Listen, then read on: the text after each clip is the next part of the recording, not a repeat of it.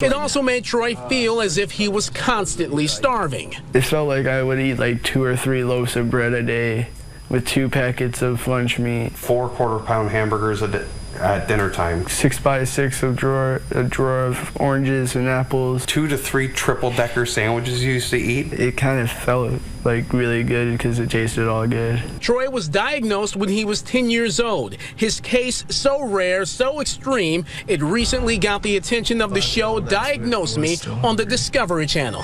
It felt like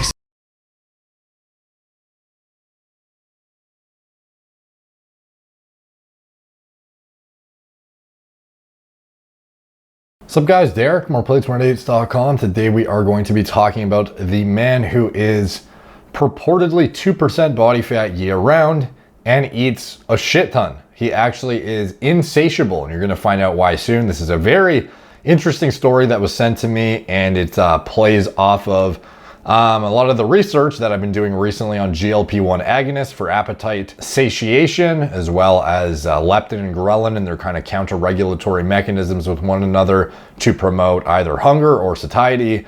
And it plays a very, very interesting role in this guy's case in particular. So let's get into it. Troy Fryer has less than 2% body fat. Although he looks extremely fit, it's the lack of fat that makes his muscles stand out. With no padding on his face, his cheeks look sunken and his eyes are deeply set. Now, I know some people, first thing they're thinking is he's not 2% body fat. Have you seen Andreas Munzer? The guy's a fucking anatomy chart. You know, I can't say for certain this guy is or isn't. This is kind of an anomaly. You know, to me, just ballpark, I'd probably say he's not 2%, but I mean, it doesn't really matter in the context of the story, and you'll find out why soon. How far are you off that way? the little bit of fat on my body is behind my eyeballs and on my liver.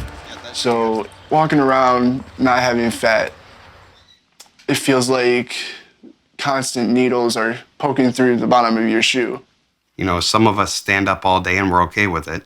Troy's not, because he has no padding on his feet, nothing in between his knees. There's no comfort at all. See, this is something interesting you actually hear people like contest prep bodybuilders talking about is during the last, however many weeks when they get really fucking diced, their feet start to hurt. Literally like sitting down, you can feel like the ass bones like digging into shit and it's painful. Like this is the kind of thing this guy is dealing with perpetually given his condition. It's just unbelievable to watch him struggle. Troy was born with a normal amount of fat. But by age 6, he began rapidly losing weight, despite having a voracious appetite. I would go through 2 or 3 loaves of bread in one day, making 10 sandwiches at a time. So I would keep eating and eating and eating until it would hurt. And if I didn't get that food, I would get really upset and really angry. I would rip doors off their hinges. I actually sent him in for a psych evaluation thinking that there was something wrong because he couldn't take the answer no. It's like he was starving. You can see here how sunken in his face is, how fucking, like if it's 2% or not, it's not like he's claiming this as some sort of like bodybuilding feat. Rather, this is a medical condition, which we're going to be getting into shortly. And this was very interesting for me. So just stay tuned and I think you'll like it too. By age 9, Troy was clearly ill. Doctors were shocked to find that his blood was full of fat and cholesterol, symptoms typical of obesity. It made no sense until Troy was diagnosed with a genetic disease called lipodystrophy. We always think about thinness as something good, but in generalized lipodystrophy, it's beyond thinness. It's actually absolute lack of fat under the skin. So the excess energy doesn't have a place to go. And that's why Troy was sick. With no fat tissue, excess calories collected in his liver, enlarging and inflaming it.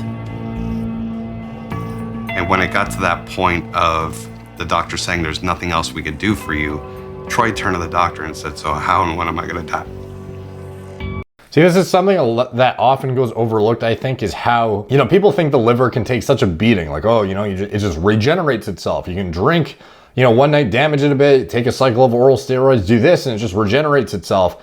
What a lot of people don't realize is not only like with fat people, but in addition, bodybuilders who overconsume a ridiculous amount of food, the likelihood that there is an increasing prevalence of fatty liver in all over the world it's becoming more and more common. Like, it's not something that is often looked for, but even Vigorous Steve, a very, very health conscious bodybuilder who does things the right way, the only reason he figured out he had non-alcoholic fatty liver disease is because he gets actual organ imaging done like a responsible bodybuilder should. Most guys aren't even getting blood work, let alone fucking imaging done. He found, even with his fucking meticulous diet model and supplementation, he still ended up with a bit of fatty liver. And that's actually why he got off cycle and did the, the fasting and whatnot to resolve it. And it seems like it's, almost fully resolved, thankfully.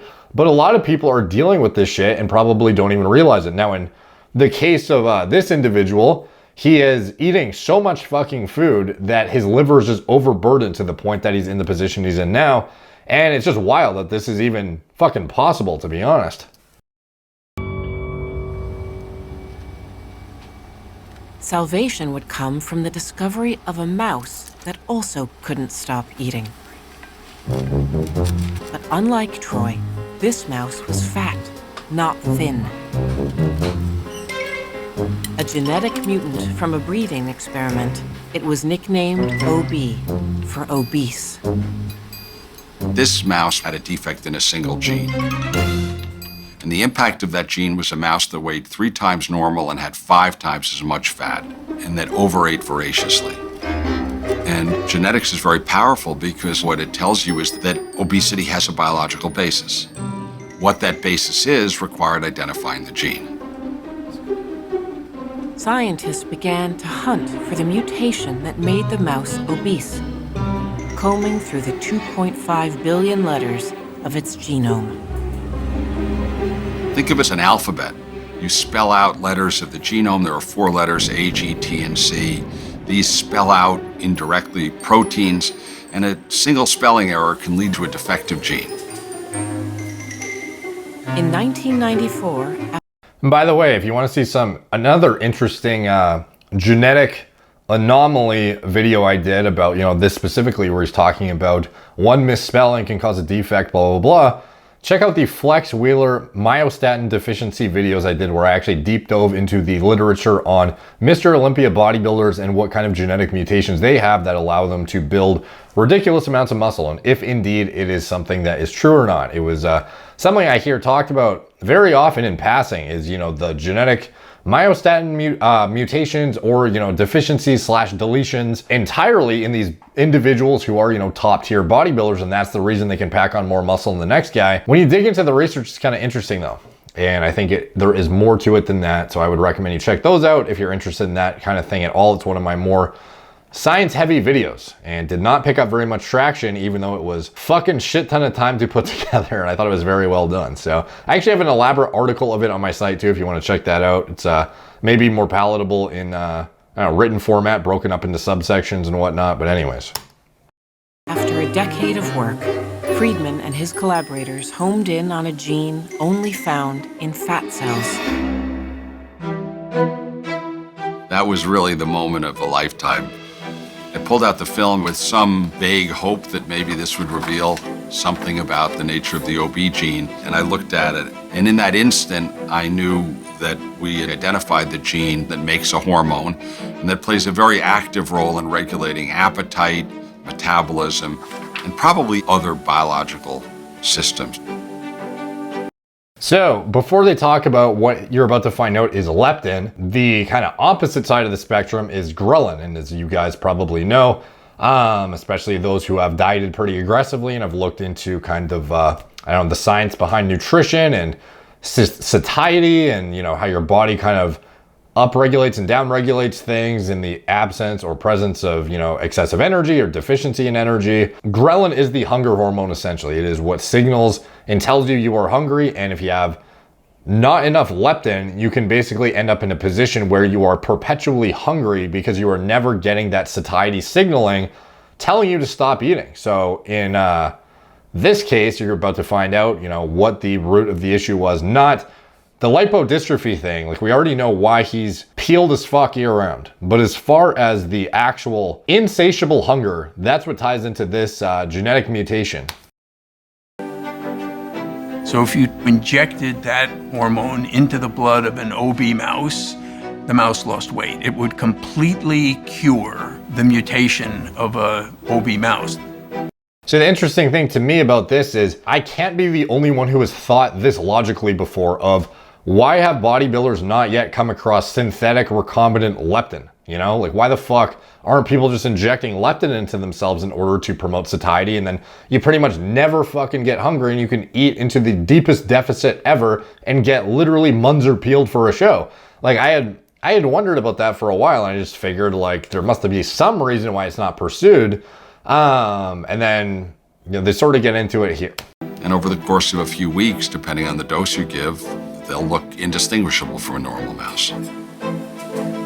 The hormone was named leptin from the Greek word leptos, meaning thin. Its discovery transformed our view of fat and the biological forces controlling appetite.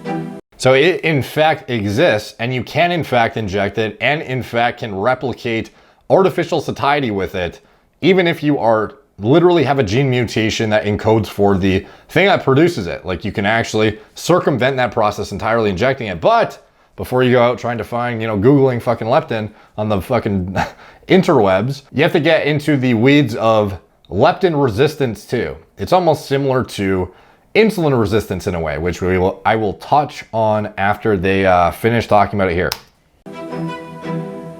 The OB mouse cannot see itself in a mirror and realize that it's hugely obese. It thinks it's starving to death because this very critical hormone is not being made by the body. And the idea that a hormone produced by fat can control what you think about food in a very important way, this is a very radical notion.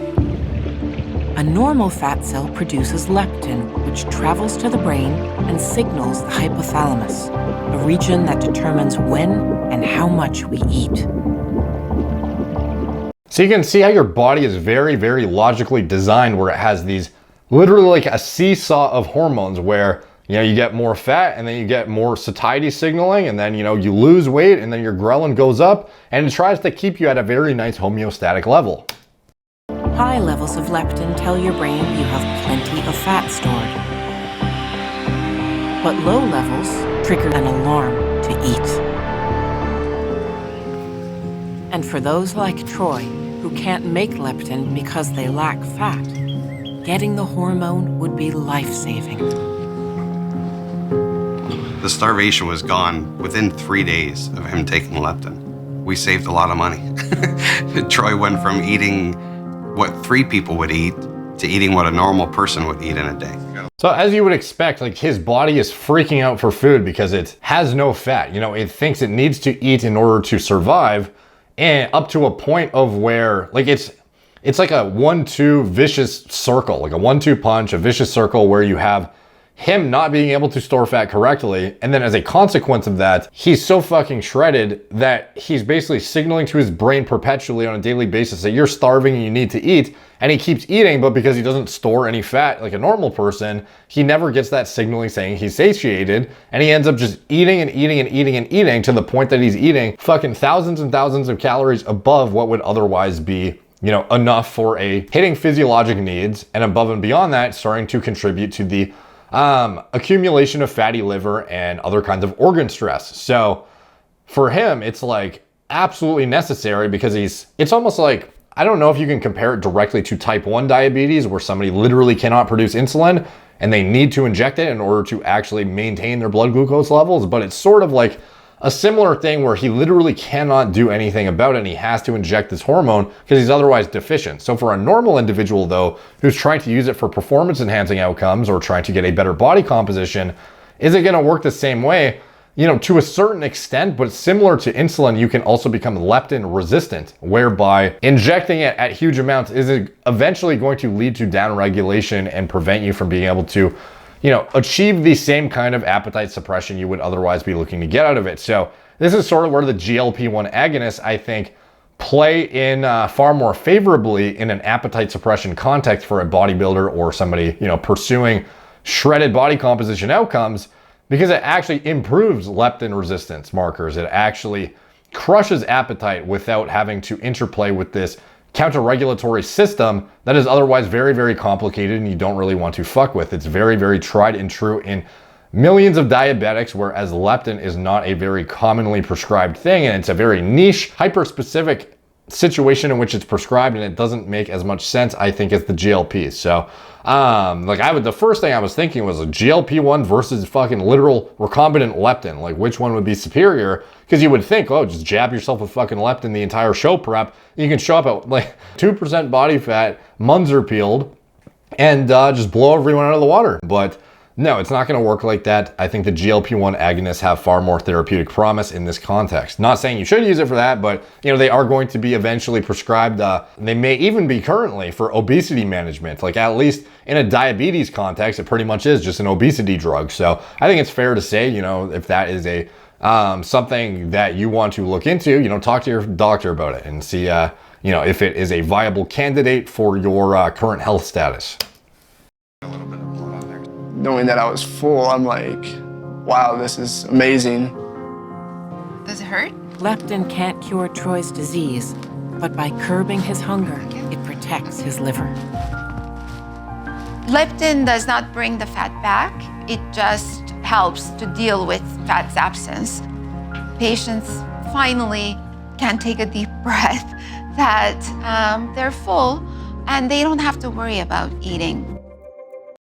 Hey, can you imagine being like, think of you when you're most hangry and being like that all the fucking time, every day, never feeling satisfied? That would be, for years on end, that would be a horrible life to live. I can imagine. So it's great to see that he got the meds he needs to actually be able to stick to a reasonable diet model without, you know, overeating, and be able to modulate his satiety. So good to see, and fucking interesting as hell, dude. Like, it's hard to find really interesting science-based content. And, you know, when I find shit like this, you know, it makes me very happy that I can do reaction videos to it, give my own insight, and kind of tie it back into the practical application for the fitness enthusiast or the, you know, health conscious individual or the biohacker or whatever it is that is watching my channel. So I hope you guys enjoyed that as much as I did. Like, subscribe, check out my blog, moreplatesmoredates.com. Follow me on Instagram at moreplatesmoredates, Facebook, Snapchat, BitChute, Twitter, TikTok, Apple Podcasts. If you want to support the channel, you can check out anything I'm associated with in the video description below. My TRT clinic, it's all telemedicine from the comfort of your own home. I recommended lab tests and diagnostics to stay on top of your health and your biomarkers and whatnot. Gorilla Mind, nootropic formulas, Gorilla Mode, pre-workout formulas that design myself from scratch, and anything else I'm associated with, it's all in the video description below. Thank you guys for watching. Talk to you soon.